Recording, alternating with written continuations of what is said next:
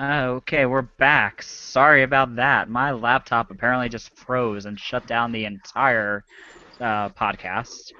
So, where were we? Well,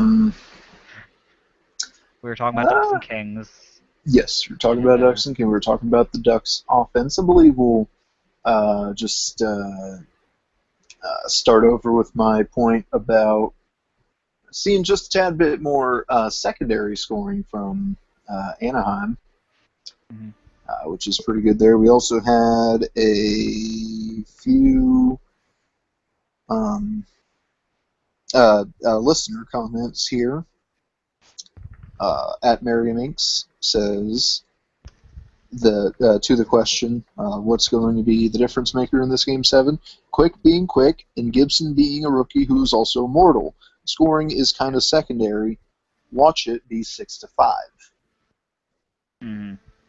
That's gonna be probably what's gonna happen. I don't know if it'll be 6-5. I think Quick will possibly save a little bit more than that. I think the defense will probably be just a tad bit more better than More better. Yeah. than 6-5. Hmm. Um, but I do expect it to be definitely a one goal game. Oh yeah, definitely. Mm-hmm. I mean, that's one thing you can expect from their rivalry. Gonna be a one-goal game. So. Okay, I guess we'll go see if there's any questions. I know there was a question I wanted to say. Yes.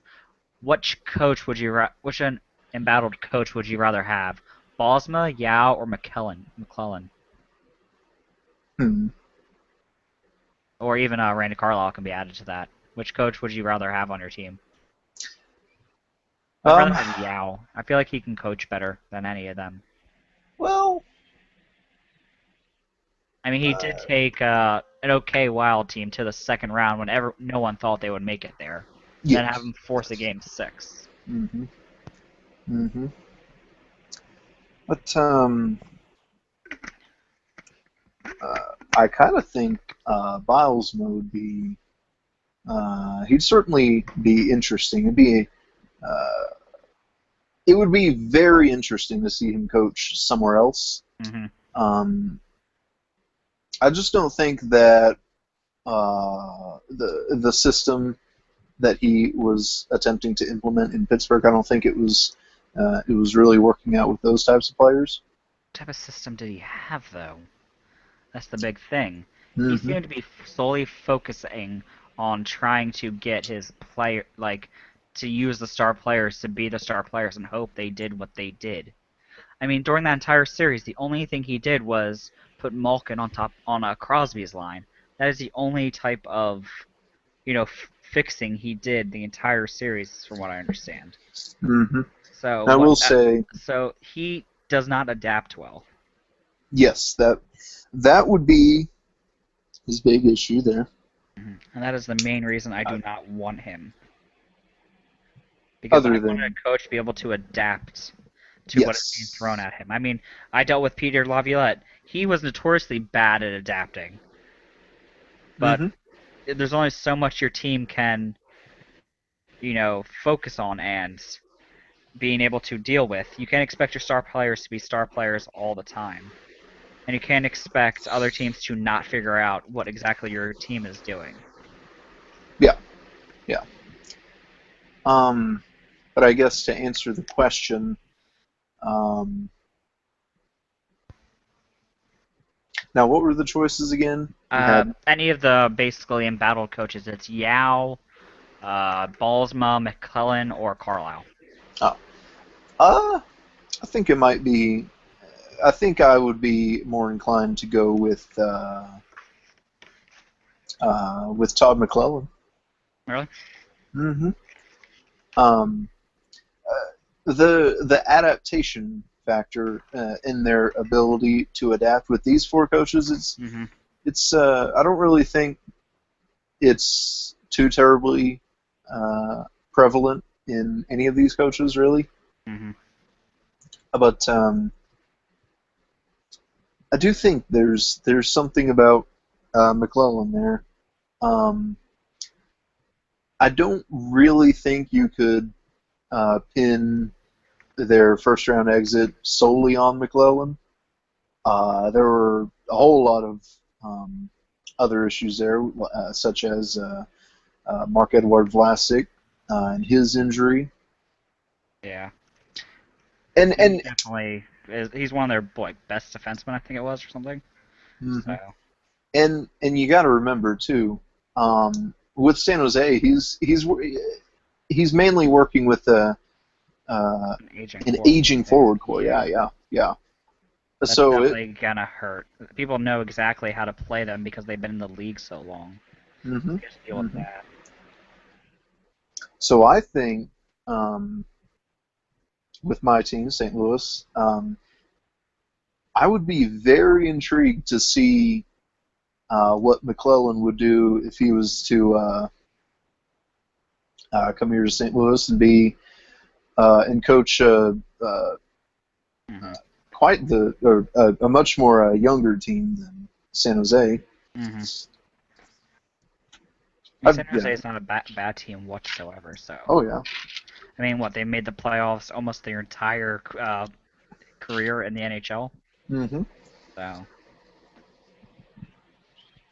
But yeah, they're definitely not getting any younger, so that's gonna hurt them a lot. Mm-hmm. I guess, Dave, which one of these coaches would you like to see? I said Yao.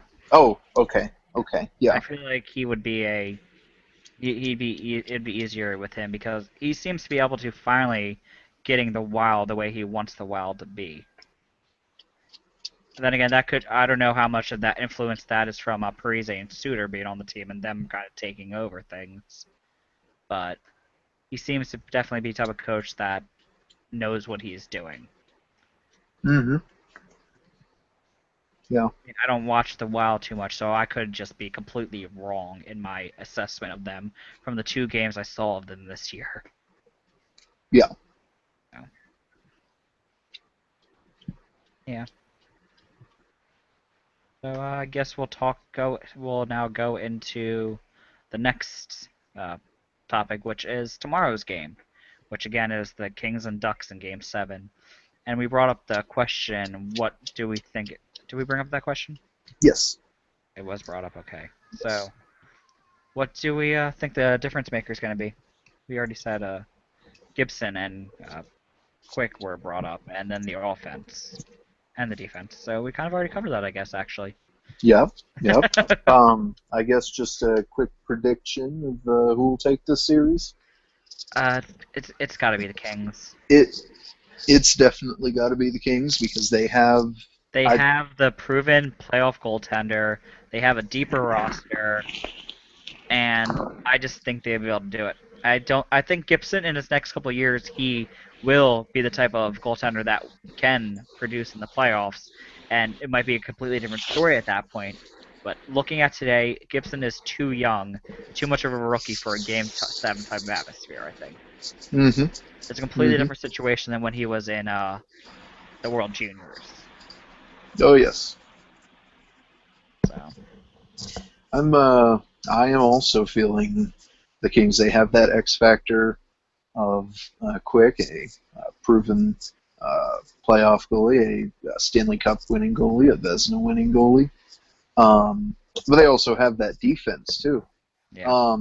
Unless Anaheim's defense works on their turnovers, which again I didn't really pay much attention to through most of the series, but I noticed quite a few defensive zone turnovers in last night's game. They don't fix that, they're going to be in for a rough outing. Oh, definitely. Turnovers are one of the worst things you can have. Mm-hmm. So. Is that everything then we want to cover? I believe so. Okay then. This has been part 2 of the Wooden Ball Show. Part 1 is where we did most of our talking. So if you for some reason missed that, I will be posting that link also onto our subreddit, which is our HockeyCast. It will also be posted on our website, which is www.ourhockeycast.com. And you'll be seeing them there. You can tweet at me at Blinson1, or you can find me on Reddit at I am Blinson there. And Blake, where can they find you and all that? Once again, you can find me on Reddit. My user is btownbomb. And you can find me on Twitter. My handle is @ChetMyKirk. And once again, the contact info, your questions, comments, your feedback, which is very greatly appreciated, yes. We have our subreddit, that is Our HockeyCast. Just put the /r/ in front of it. Yep. We have our website, that is ourhockeycast.com. And we have our YouTube page where you can also view previous All past episodes. episodes will be they'll see the events beforehand that'll be on there, so you can be ready for them. Basically, yeah. So you can find all that there. And our Twitter, @OurHockeyCast. Yes. And I believe that's everything we wanted to plug. Alrighty. It's been great talking to you, Blake. Can't wait to do this again next week. Alrighty. Looking forward to it. I apologize to everyone about my computer. I don't know what happened, and it hopefully won't happen again. Alright. This has been our Hockey Cast, the Wooden Ball Show. Signing off. Have a great day. Alright. Enjoy the day off.